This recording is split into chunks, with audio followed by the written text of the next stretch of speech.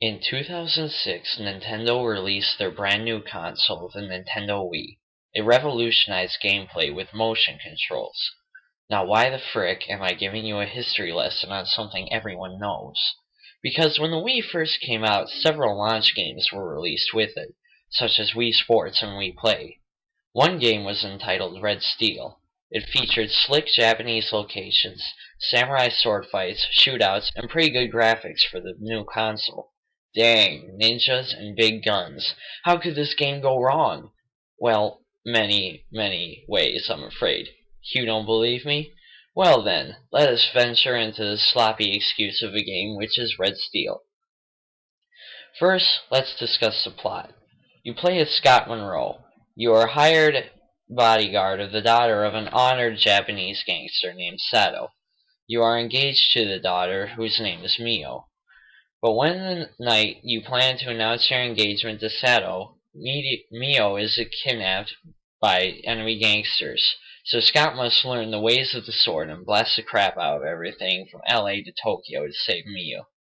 The plot's pretty basic. Girl's in trouble, gotta save her. Nothing new, but usually enjoyable. But what ruins it is the reason why she's kidnapped. Apparently, the head of the enemy gang, Tokai, will return her for Sato's sword, the Katanagiri. So wait, an international gang war, a kidnapping, for a sword? Well, apparently Tokai believes that it was rightfully his because, oh, screw it. I honestly stopped caring too deeply. Spoiled brat Tokai won't return Miyu until he gets what he wants. Boo hoo hoo. So the plot's weak, but just wait, the game doesn't seem to redeem itself. Next, let's discuss the characters. As mentioned before, you are Scott. Scott has no dialogue and you never see his face. I guess that contributes to the first person feel, making it seem like you're actually Scott, but really, he can't even talk? That's pretty lame. The next problem is all the characters are underdeveloped, and chances are you will hate all of them, especially Mio and Tokai. All Mio does is whine, scream, and coo for Scott. I mean, cripes. How cliched of a damsel in distress can you be? Tokai's dialogue is all in sinister monologues, and you've heard every antagonist in every action movie spew out. The next problem is with the characters is that there's way too many of them. And once again, they're all underdeveloped, so you get confused and forget names and who's who. And not to seem racist, but the foreign names do not help at all. Gameplay is pretty rudimentary. Typical first-person shooting action with an occasional sword fight, highlighting the motion controls. But what ruins the gameplay is the controls. The controls are broken, just crippled. When you are holding a handgun, such as the P99 or even an Uzi, you can turn the Wiimote sideways to hold the gun sideways. I don't know why, to make yourself look hip and cool. So you're going to keep doing that because otherwise it looks like Scott's wrist is broken. But the remote doesn't register properly with the sensor bar, so your gun can be twitching all over the screen. Particularly annoying when there's a dozen baddies you gotta kill.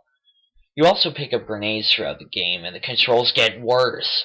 To throw a grenade, you hold down on the control pad and flick the nunchuck to throw it. You can flick the nunchuck slowly to roll it or harder to throw it. But either way, the grenade is not gonna go where you want it to. It'll bounce and stick on the ground or go way over your target. Now let's talk about the sword fighting. My god, the controls are bad. You use incorporations of Wiimote and nunchuck movements to perform different moves, but 9 times out of 10, they'll never do what you want them to. Be prepared to be frustrated. Also, what is the point of these sword fights? I have a shotgun. Why can't I just shoot the moron? Haven't the programmers seen Raiders of the Lost Ark? The game also incorporates a 4-player deathmatch mode. This is where the game really gets chintzy. The graphics are mind-numbingly bad, and there's no music. Now you may say, well, it was an early game on the Wii, cut them some slack, but the single player's graphics look 10 times more appealing, and it was an early game on the Wii. So how did they screw up multiplayer so bad? Did the programmers just say, oh look, we still have a couple days before the game gets shipped, what can we do? I know, let's tag on a multiplayer mode as quick as we frickin' can. Morons, there's no excuse for that. Oh, and guess what? The controls get worse. Yeah, they get worse.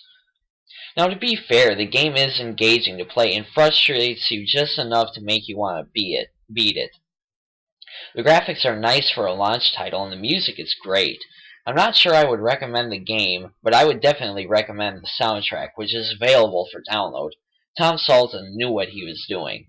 So overall, Red Steel is a mediocre shooting game that shouldn't have been rushed into release so fast. I haven't played the sequel, but critics seem to have really enjoyed it, so I would say check that one out first, and if you're ready for high blood pressure and anger attacks, play this one.